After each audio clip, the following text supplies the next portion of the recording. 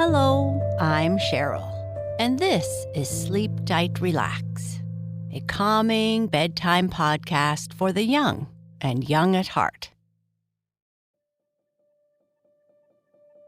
It's time to get cozy in bed and listen to tonight's story.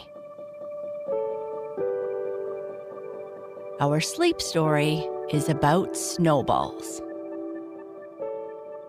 Our story begins with a snowball fight, and then the boys decide to make some snowballs for the next day's fight. That night, when the boys are sleeping, a storm comes and covers up all the snowballs, and they are forgotten until spring, when the snow is melting. When the snowballs hear someone calling to them, they want to know who it is. But when that voice asks for help, they all have a reason not to help, except for Snowball number 1.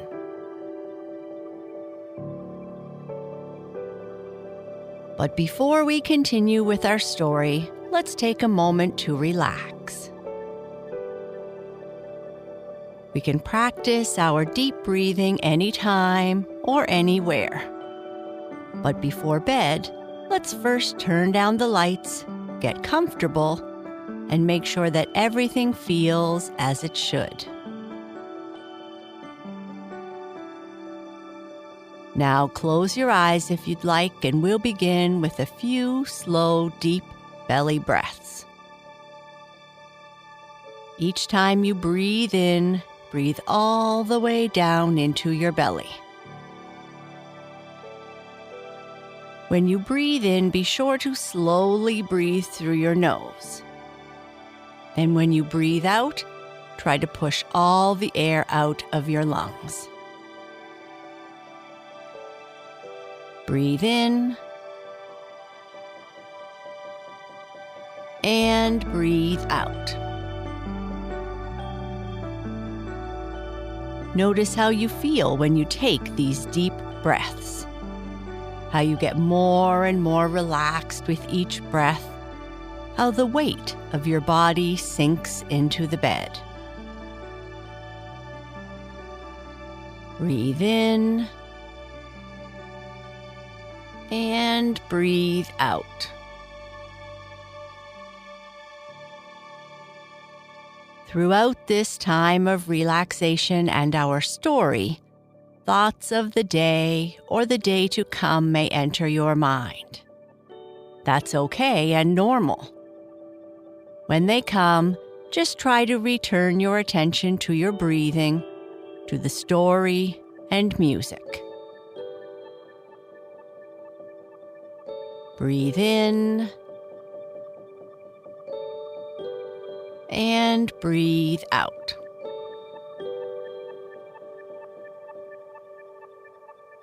Perfect. Let's continue with the snowball that didn't melt.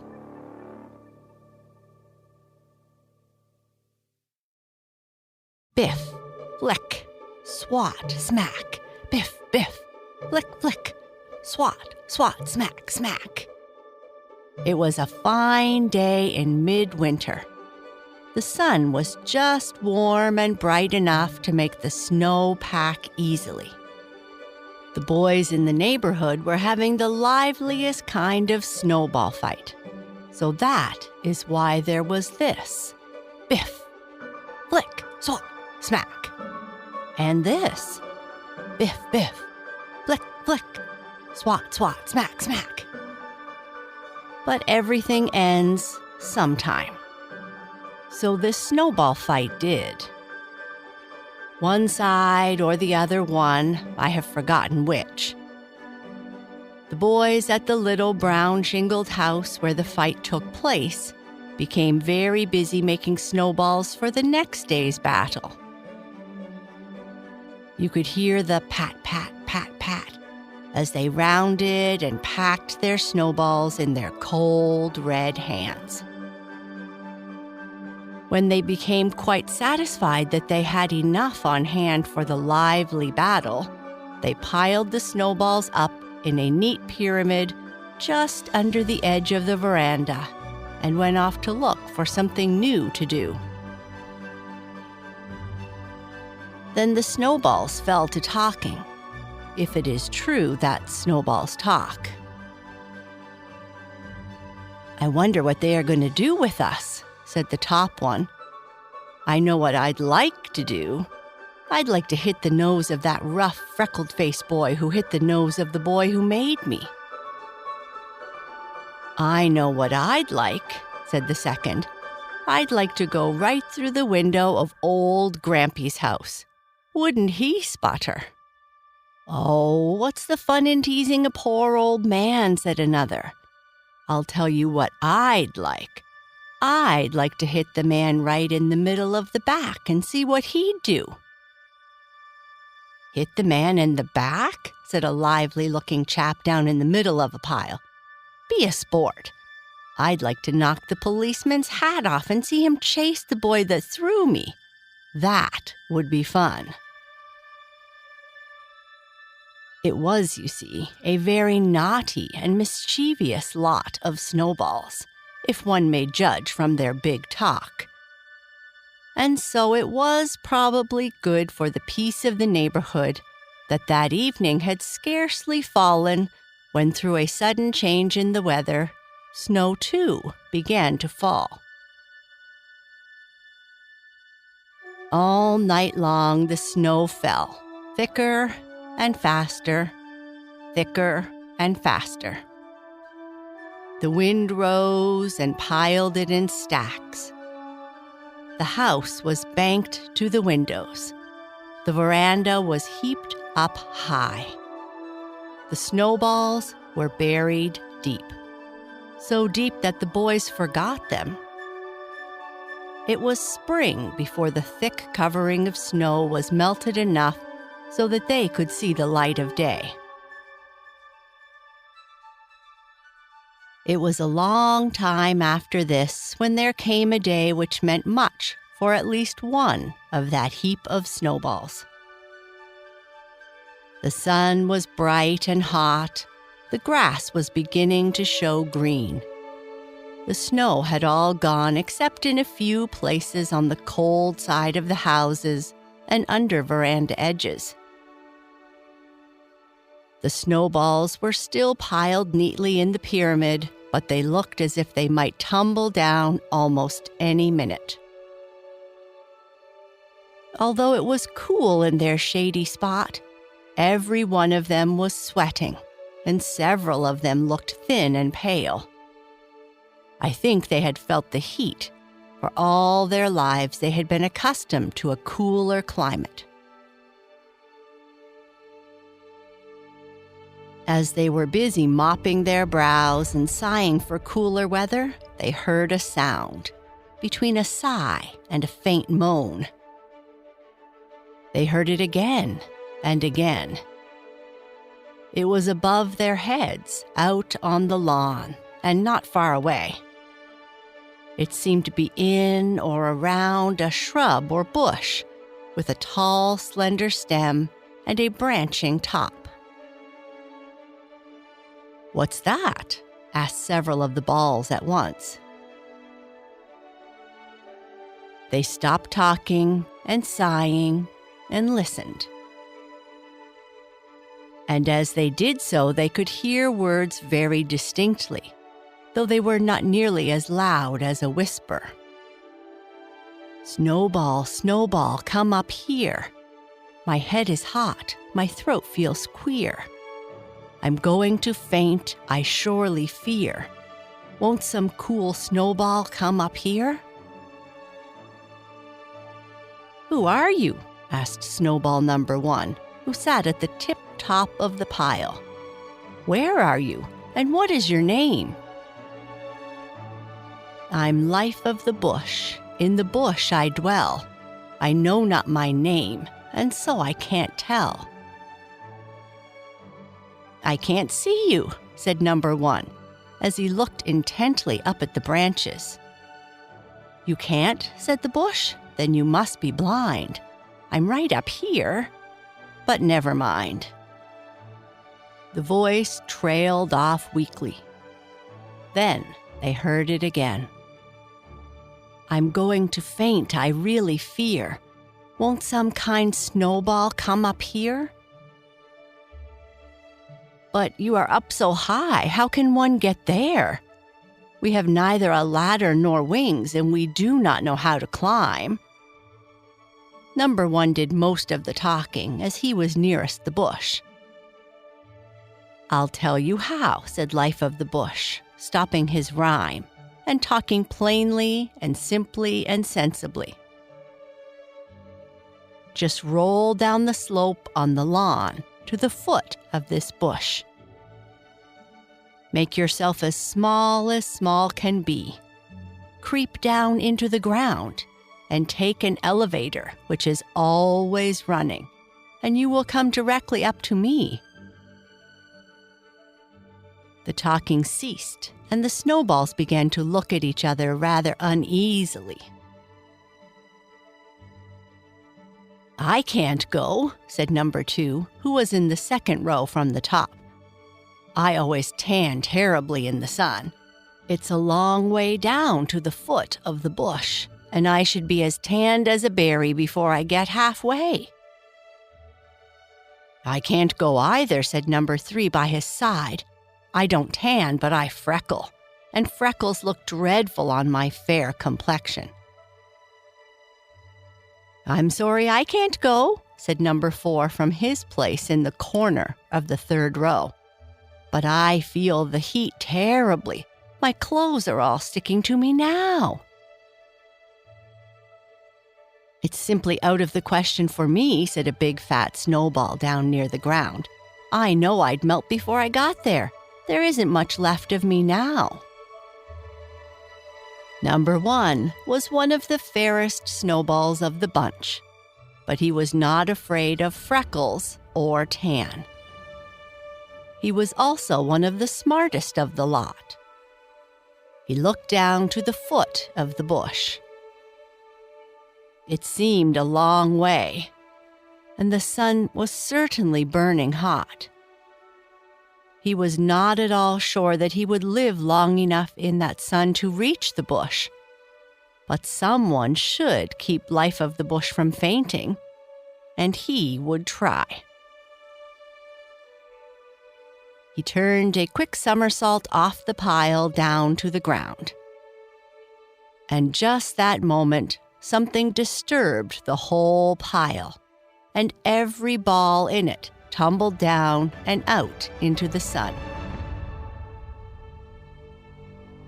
As soon as number 1 touched the ground, he began to roll over and over and over, as fast as ever he could. It didn't take him more than a minute to reach the foot of the bush. He remembered what Life of the Bush had said, made himself just as small could be, crept down into the ground close to the stem, and took the elevator, which seemed to be running all the time. It took quite a while to go up, but finally the elevator paused just long enough for him to get out. He found himself in a cool, rambling house that seemed to be almost all long, narrow halls. They ran this way and that way, and every which way. At one end of each hall, where the buds were opening, there were windows with green shades. Everything was very clean and sweet. Right in the middle of the house, he found Life of the Bush. He gave her a drink of water which he had carried in his waterproof pocket, and not only kept her from fainting, but made her as lively and well and happy as ever. Life of the Bush thanked the snowball 1,000 times and gave him the freedom of her beautiful house. "Now that you are here," she said, "perhaps you will stay a while and help me build my house a little bigger. I must build leaves and buds and branches and bark. I need your help." The snowball stayed and helped. He found it very exciting work. He worked all day and all night, ran here and there, and never stopped for meals. He packed buds and unfolded them. He pushed out the leaves and built out the end of branches. He made bark, pressed it till it was hard, and colored it gray. Day after day, he worked at his tasks as if they gave him the greatest joy in the world. But now and then, Life of the Bush saw him gazing out of the window as if he were a bit homesick to get out of doors again. "Stay with me a little longer," she said, "to help me build my blossoms, and then I will send you out of doors on a beautiful errand to stay as long as your heart desires." So Snowball stayed and helped Life of the Bush build her blossoms.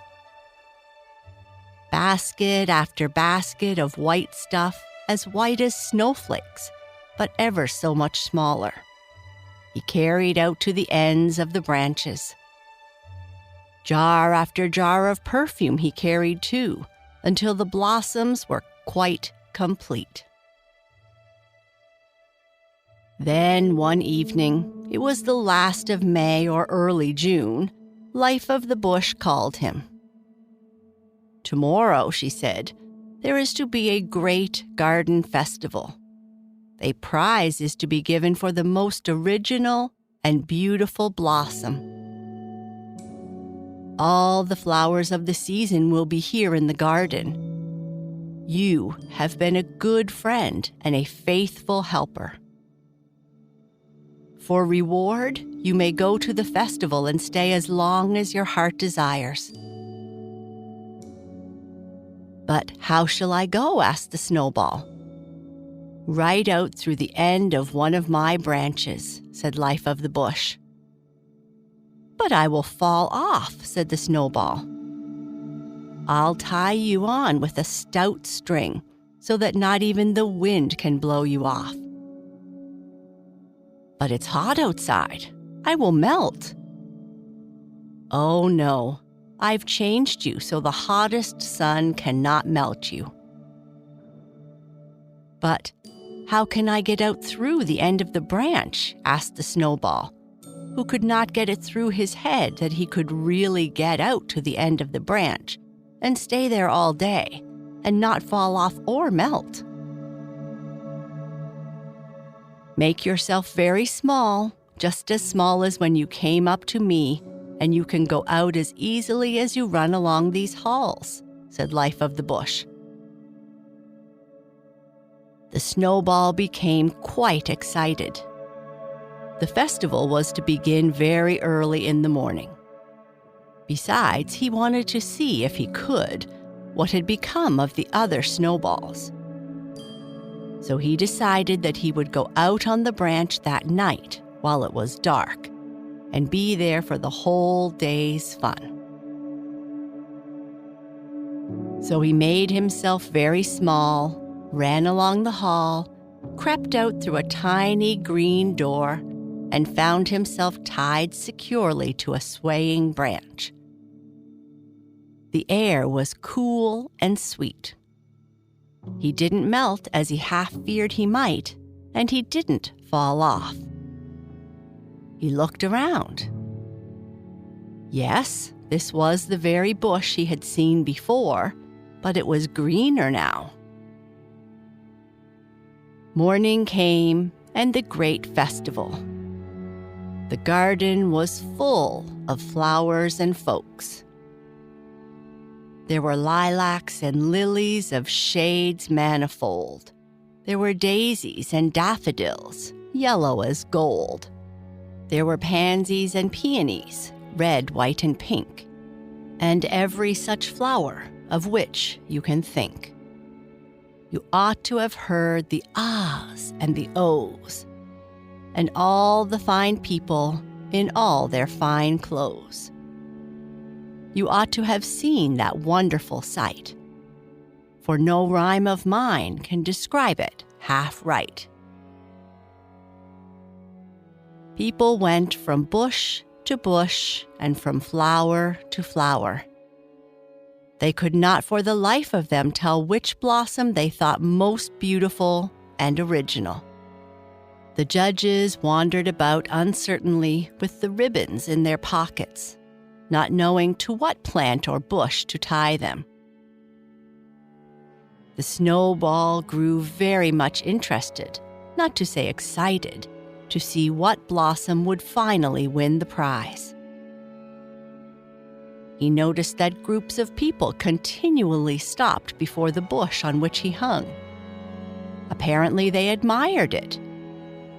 He soon discovered that they were looking at him and was quite embarrassed. "Look," he kept hearing them say, "see this snowball? And it doesn't melt. Why, it's growing on the bush. It's a blossom." That was the first that he knew that life of the bush had changed him from a snowball into a flower snowball. Of course, he became very happy and twice as excited. Indeed, he could hardly breathe from excitement when the judges came over in a group to where he grew. They looked at him and at the bush. Apparently, they had never seen blossoms of this kind before. "I never saw such a big, round, white blossom before," he heard one of them say, as he drew a blue ribbon from his pocket and tied it to the stem on which he hung. He knew, and soon, of course, everybody knew, that the snowball bush had won the prize. His heart beat so fast that he thought he was growing red in the face. Perhaps he was melting. But he wasn't, for he heard a girl say just then as she passed, "How white and cool it looks."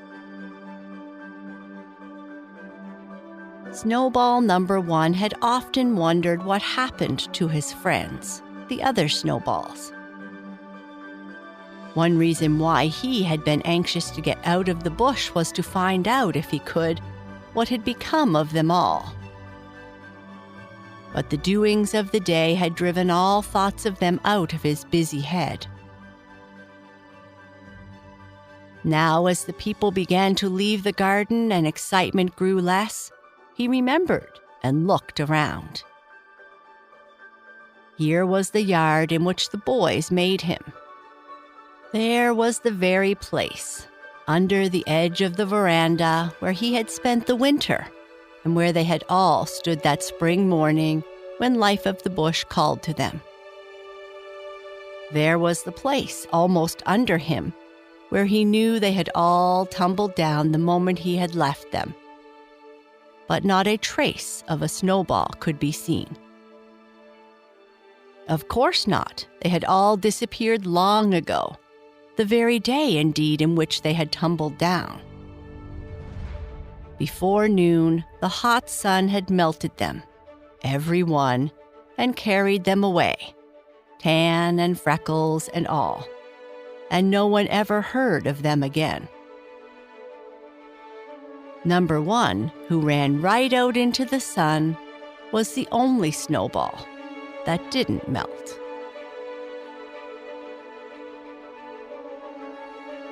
And that's the end of our story. Sleep tight.